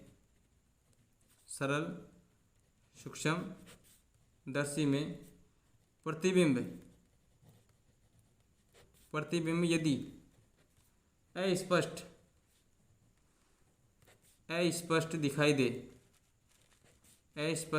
दे, ठीक है। यदि मान लो कोई भी सूक्ष्मदर्शी दिया, सरल क्वेश्चन आ रहा है आपकी न्यूमेरिकल है, कोई मान लो न्यूमेरिकल है, ठीक है, जिसमें बताया गया है कि भाई एक सरल सूक्ष्मदर्शी है जिसमें प्रतिबिंब है वो अस्पष्ट दिखाई दे रहा है। कैसे दिखाई दे रहा है, अस्पष्ट दिखाई दे रहा है। और उसमें आपसे पूछे कि भाई आवर्धन क्षमता ज्ञात करो, क्या ज्ञात करो, आवर्धन क्षमता। यदि आपको अस्पष्ट रूप से प्रतिबिंब दिखाई दे और आवर्धन क्षमता पूछे तो आपको कौन सा फॉर्मूला लगाना है, m बराबर d अपॉन एफ। कौन सा फॉर्मूला, m बराबर d अपॉन एफ। लेकिन यदि सरल सूक्ष्मदर्शी में आपको प्रतिबिंब स्पष्ट दिखाई दे, यदि प्रतिबिंब कैसे दिखाई दे, स्पष्ट दिखाई दे, तब आपको आवर्धन क्षमता का कौन सा फॉर्मूला चूज करना है, 1/d बटे एफ, 1/d बटे एफ, ठीक है। ये क्या है, आपको क्वेश्चन ऑप्शन के रूप में फॉर्मूले पूछेगा आपसे। क्या पूछेगा आपसे, फॉर्मूले पूछ सकता है। क्या पूछ सकता है, फॉर्मूले, ठीक है। यहाँ पे यदि मान लो आपको डी का मान नहीं दिया गया हो, यदि इन क्वेश्चनों में आपको डी का मान नहीं भी दिया जाए तो हमेशा ध्यान रखना है आपको डी का मान क्या मानना है, आपको 25 सेंटीमीटर, क्योंकि सरल सूक्ष्मदर्शी में जो अधिकतम जो फोकस दूरी होती है ना, ठीक है, जो आधार होती है, जो दूरी होती है फोकस दूरी, वो क्या होती है 25 सेंटीमीटर की होती है। कितनी होती है 25 सेंटीमीटर की। तो ध्यान रखें, यदि आपको न्यूमेरिकल में यदि आपको डी का मान नहीं भी दिया जाए तो क्या मानना है आपको 25 सेंटीमीटर। क्लियर यहाँ पे। और दिया जाएगा तो फिर बात ही अलग है। उसी प्रकार ध्यान रखना है आपको कि संयुक्त सूक्ष्मदर्शी, देखो सरल सूक्ष्मदर्शी में जो प्रतिबिंब बनता है ना, सरल सूक्ष्मदर्शी से जो प्रतिबिंब बनता है वो कैसे बनता है, सदैव आभासी। कैसा बनता है, आभासी। लेकिन यदि मान लो सूक्ष्मदर्शी कैसा है, संयुक्त है। कैसा है, संयुक्त सूक्ष्मदर्शी। कैसा है, संयुक्त सूक्ष्मदर्शी। अब इसमें क्या होता है, दो उत्तल लेंसों को क्या होता है इसमें संयोजन। क्या होता है, दो उत्तल लेंसों को क्या होता है इसमें संयोजन, अर्थात दो उत्तल लेंस लगे होते हैं इसमें। संयुक्त सूक्ष्मदर्शी में दो क्या लगे होते हैं, उत्तल लेंस। दो उत्तल लेंस क्या होता है इसमें संयोजन, अर्थात दो उत्तल लेंस क्या होते हैं, जुड़े हुए होते हैं इसमें। और इसमें जो वस्तु होती है ना, वस्तु, ठीक है, वो एफ फोकस दूरी व उससे दुगनी फोकस दूरी अर्थात 2f फोकस दूरी के क्या होती है, मध्य में होती है वस्तु। क्या होती है, मध्य में होती है वस्तु। ठीक है। तो उस समय जो प्रतिबिंब बनता है ना, उस समय जो प्रतिबिंब बनेगा, जो हमको प्रतिबिंब प्राप्त होगा वो क्या होगा, एक तो बड़ा प्राप्त होगा, एक कैसा प्राप्त होगा, उल्टा और वास्तविक प्राप्त होता है। कैसा प्राप्त होता है, वास्तविक प्राप्त होता है। ठीक है, कैसा प्राप्त होता है, वास्तविक प्राप्त होता है। अर्थात संयुक्त सूक्ष्मदर्शी में जो हमको प्रतिबिंब प्राप्त होगा वो कैसा होगा, वह बड़ा होगा, उल्टा होगा, वस्तु से बड़ा होगा, उल्टा होगा और क्या होगा, वास्तविक होगा। क्लियर है यहाँ पे। दूसरी बात आपको ध्यान रखना है यहाँ पे, प्रकाश टॉपिक में क्या ध्यान रखना है, एक फॉर्मूला आपको ध्यान रखना है, जैसे तरंग दैर्घ्य। अगर किसी भी वस्तु की या किसी भी पदार्थ की जो तरंग दैर्घ्य अगर मान लो अधिक है तो उसका जो अपवर्तनांक होगा ना, अपवर्तनांक वो क्या होगा, उतना ही कम होगा, अपवर्तनांक। ठीक है, अपवर्तनांक क्या होगा, उसका उतना ही कम होगा। और जिसका अपवर्तनांक जितना ज़्यादा कम होगा उसका प्रकीर्णन, कौन सा प्रकीर्णन क्या होगा, उतना ही अधिक होगा। अर्थात उसकी जो विभेदन क्षमता है ना, विभेदन क्षमता वो भी क्या होगी, उतनी अधिक होगी। क्यों, क्योंकि तरंग दैर्घ्य व्युत्क्रमानुपाती होता है किसके, 1/अपवर्तनांक के, 1/अपवर्तनांक के। और 1/अपवर्तनांक समानुपाती होता है किसके, प्रकीर्णन के। और प्रकीर्णन समानुपाती होता है किसके, आवर्धन क्षमता, विभेदन क्षमता है किसके, विभेदन क्षमता के। अब देखिए, अब हम कुछ इंपॉर्टेंट फैक्ट के बारे में पढ़ेंगे यहाँ पे। ठीक है, जो कि हमको कंपटीशन के रूप में सीधे वन लाइन क्वेश्चन के रूप में मिलते हैं ना, वैसे पढ़ेंगे महत्वपूर्ण तथ्यों के बारे में। अब देखिए दोस्तों, कौन कौन से तथ्य हैं जो महत्वपूर्ण है। ठीक है, जैसे प्रकाश का वेग कितना होता है, प्रकाश का वेग, ये क्वेश्चन वो है जो सीधे पूछ लिए जाते हैं। तो प्रकाश का वेग होता है 3 × 10⁸ मीटर प्रति सेकंड होता है। क्लियर यहाँ पे। उसके बाद में आपसे एग्जाम में पूछा जाएगा कि किस आवृत्ति से नीचे प्रकाश विद्युत उत्सर्जन संभव नहीं हो पाता है। किस आवृत्ति से नीचे, अर्थात प्रकाश की ऐसी कौन सी आवृत्ति है जिससे नीचे प्रकाश विद्युत का उत्सर्जन ही नहीं हो पाता है। तो ध्यान रखना है आपको, देहली आवृत्ति।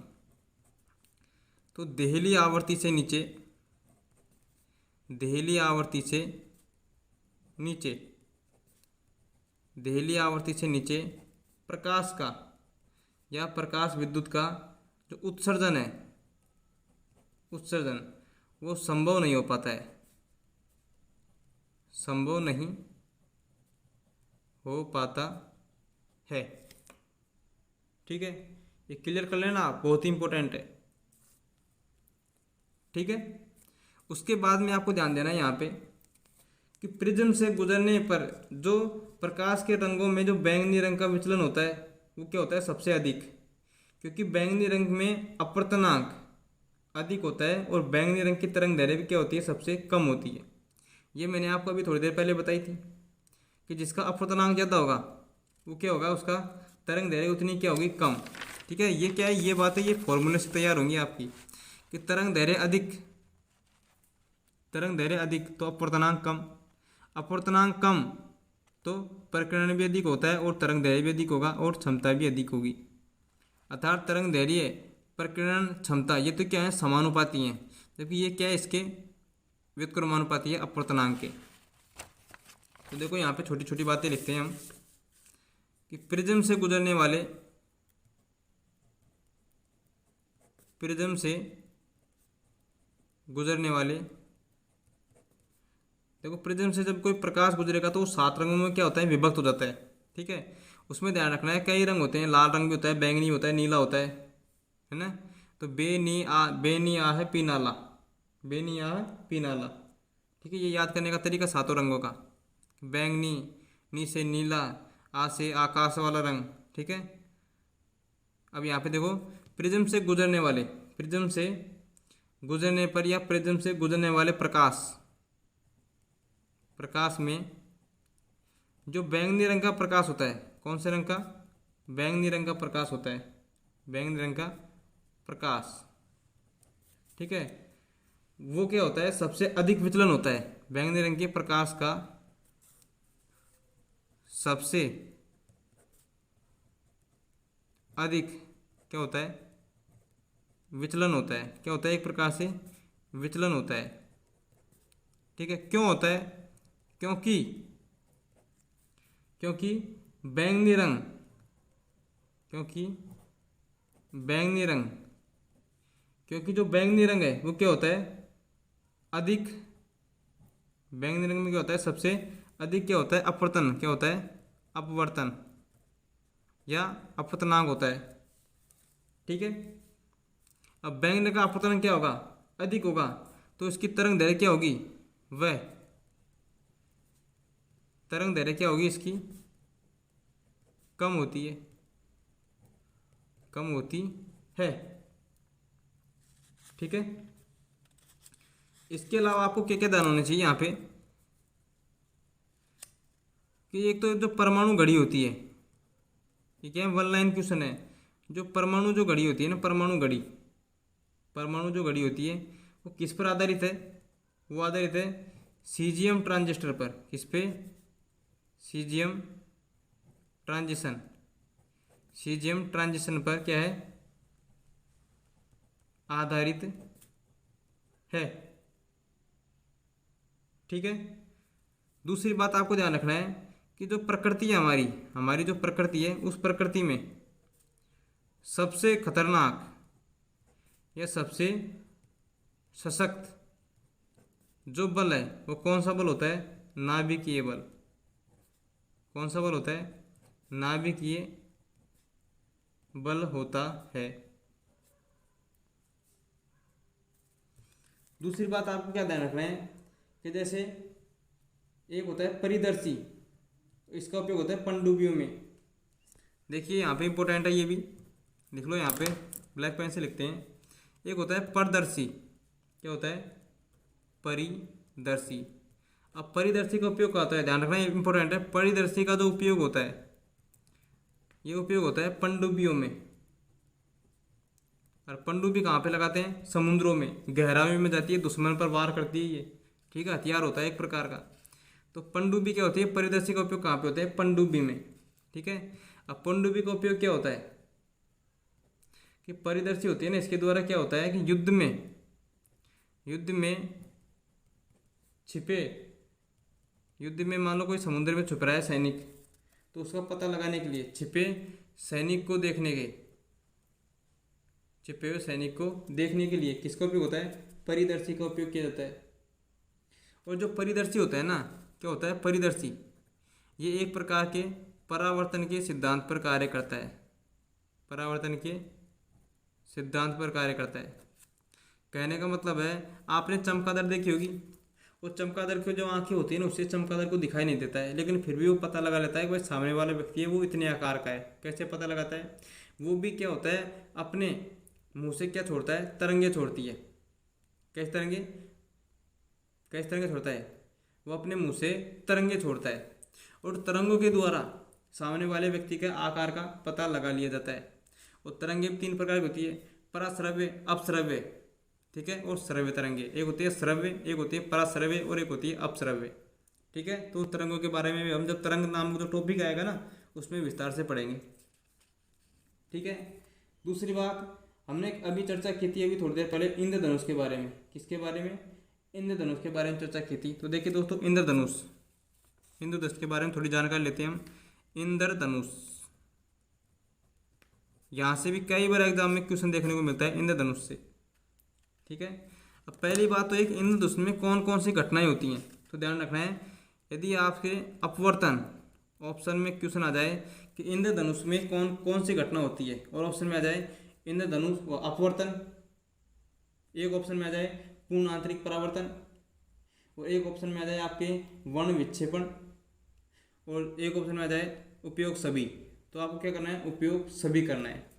तो इस प्रकार ध्यान रखना है। इंद्रधनुष में एक तो अपवर्तन की घटना होती है, एक पूर्ण आंतरिक परावर्तन की घटना भी होती है, पूर्ण आंतरिक परावर्तन, ठीक है, और तीसरा वर्ण विक्षेपण, की घटना भी होती है। ठीक है, अब इंद्रधनुष के बारे में आपको बेसिक जानकारी क्या होनी चाहिए? एक तो ये सूर्य की विपरीत दिशा में उगता है, सूर्य की विपरीत दिशा में, ठीक है, विपरीत दिशा में फैलता है।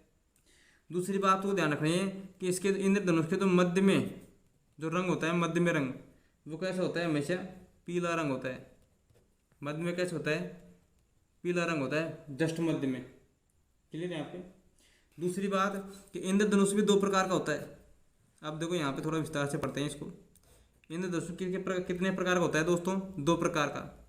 एक तो प्राथमिक इंद्रधनुष, प्राथमिक इंद्रधनुष, और एक होता है द्वितीय इंद्रधनुष। अब देखिए प्राथमिक और द्वितीय, ठीक है, ये अलग अलग कैसे हो गया? प्राथमिक इंद्रधनुष क्या होता है? यदि इंद्रधनुष में जो ऊपर का जो रंग है, ऊपर का रंग वो कैसा है? लाल, और नीचे का कैसा हो? बैंगनी। ऊपर का लाल और नीचे का बैंगनी, ठीक है, तो फिर ये कौन सा इंद्रधनुष हो जाएगा? प्राथमिक इंद्रधनुष। अब देखिए दोस्तों, जो प्राथमिक इंद्रधनुष होता है उसमें कौन कौन सी घटनाएं होते हैं उसको देखो। प्राथमिक इंद्रधनुष में दो बार तो क्या होता है? अपवर्तन। दो बार तो क्या होता है उसमें? अपवर्तन, ठीक है, और एक बार कौन सी घटना होती है उसमें? पूर्ण आंतरिक परावर्तन, पूर्ण आंतरिक परावर्तन, ठीक है। अब द्वितीय प्रकार का जो इंद्रधनुष है वो हमको कैसे पता चलेगा कि वो ये द्वितीय प्रकार का इंद्रधनुष है? इसमें क्या होता है? जो ऊपर का जो रंग होगा वो होगा बैंगनी। कैसा होता है? बैंगनी। और जो नीचे का रंग होगा वो कैसा होगा? लाल। कैसा होगा? लाल। और इसमें क्या होता है? द्वितीय प्रकार के इंद्रधनुष में दो बार क्या होता है? इसमें दो बार होता है अपवर्तन। दो बार क्या होता है? इसमें अपवर्तन की घटना होती है, ठीक है, तब जाके बनता है। और दो ही बार क्या होता है इसमें? पूर्ण आंतरिक परावर्तन। पूर्ण आंतरिक परावर्तन, पूर्ण आंतरिक परावर्तन, ठीक है। जब ये घटनाएं होती है ना तब जाके इंद्रधनुष को दो भागों में क्या किया गया है? डिवाइडेशन। भाई क्वेश्चन में एग्जाम्पल में किसी भी एग्जाम में जो क्वेश्चन हमको देखने को मिलता है ना वो कितना भी डीपली पूछा जा सकता है, ठीक है। अगर आपसे पूछा जाए कि इंद्रधनुष में कौन सी घटनाएं होती हैं तो आपको तीन ऑप्शन दे देगा और उपयोग सभी का ऑप्शन दे देगा, या फिर यहाँ से आपको एक ऑप्शन दे देगा और फिर सारे ऑप्शन अलग दे देगा, जैसे परावर्तन दे दिया, परिकीर्णन दे दिया, ध्रुवण दे दिया, ठीक है। तो यहाँ से आप एक ऑप्शन चुन लेंगे। या फिर यदि आपसे पूछा जाए कि प्राथमिक इंद्रधनुष में नीचे का रंग कौन सा होता है, ऊपर का रंग कौन सा होता है, या फिर प्राथमिक इंद्रधनुष में कौन कौन सी घटना होती है, ऑप्शन में आपको मिलेगा दो बार अपवर्तन, एक बार अपवर्तन, तीन बार अपवर्तन, चार बार अपवर्तन, या फिर ऐसे ऑप्शन में मिलेगा दो बार अपवर्तन और एक बार पूर्णांतरिक परावर्तन, दो बार अपवर्तन और दो बार पूर्णांतरिक परावर्तन। तो वहाँ पे आपको क्लियर करना है। समझ में आ रही है मेरी बात? ठीक है। तो हमको जो बेसिक जो नॉलेज थी, प्रकाश जो टॉपिक है हमारा जो हमने पढ़ा है उसमें जो भी बेसिक जो नॉलेज जो हमें आवश्यक है किसी भी एग्जाम को क्लियर करने के लिए वो मैंने आपको यहाँ पे क्लियर कराई है, ठीक है। दूसरी बात आपको यहाँ पे जो वन लाइन के रूप में आपको याद होनी चाहिए वो लाइनें आपको यहाँ पे बताता हूँ थोड़ी मैं। एक तो बात ध्यान से ध्यान रखना है, जो रेडियो होता है ना, जो रेडियो तरंगे होती हैं वो सबसे अधिक विवर्तन दर्शाती हैं, ध्यान रखना है। जो रेडियो तरंग होती है, कौन सी तरंग? रेडियो तरंगे। रेडियो तरंगे सबसे अधिक क्या दर्शाती हैं? विवर्तन, विवर्तन दर्शाती हैं। दूसरी बात आप क्या ध्यान रखना है कि प्रकाश की तरंग प्रकृति का जो सिद्धांत था, प्रकाश की तरंग प्रकृति, प्रकाश की तरंग प्रकृति का जो सिद्धांत था वो किसने दिया था? वो दिया था हाइगेन ने, हाइगेन ने दिया। ठीक है, हाइगेन का प्रकाश की तरंग प्रकृति का सिद्धांत। ठीक है, ये आपको बीएससी सेकेंड ईयर और फाइनल में मिलेगी बुक में, अगर विस्तार से पढ़ना चाहो तो। लेकिन आपको कंपटीशन में केवल इतना ही पूछा जाता है कि प्रकाश की तरंग प्रकृति का सिद्धांत किस वैज्ञानिक के द्वारा दिया गया, तो हाइगेन नामक वैज्ञानिक के द्वारा दिया गया है। ठीक है, दूसरी बात ध्यान रखना है आपको कि ध्रुवण प्रकाश प्रभाव ध्वनि तरंगों में नहीं पाया जाता है।